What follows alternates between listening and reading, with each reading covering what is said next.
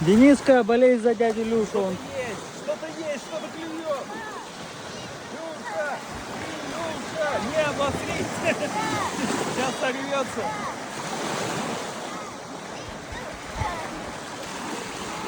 Вот что-то прям.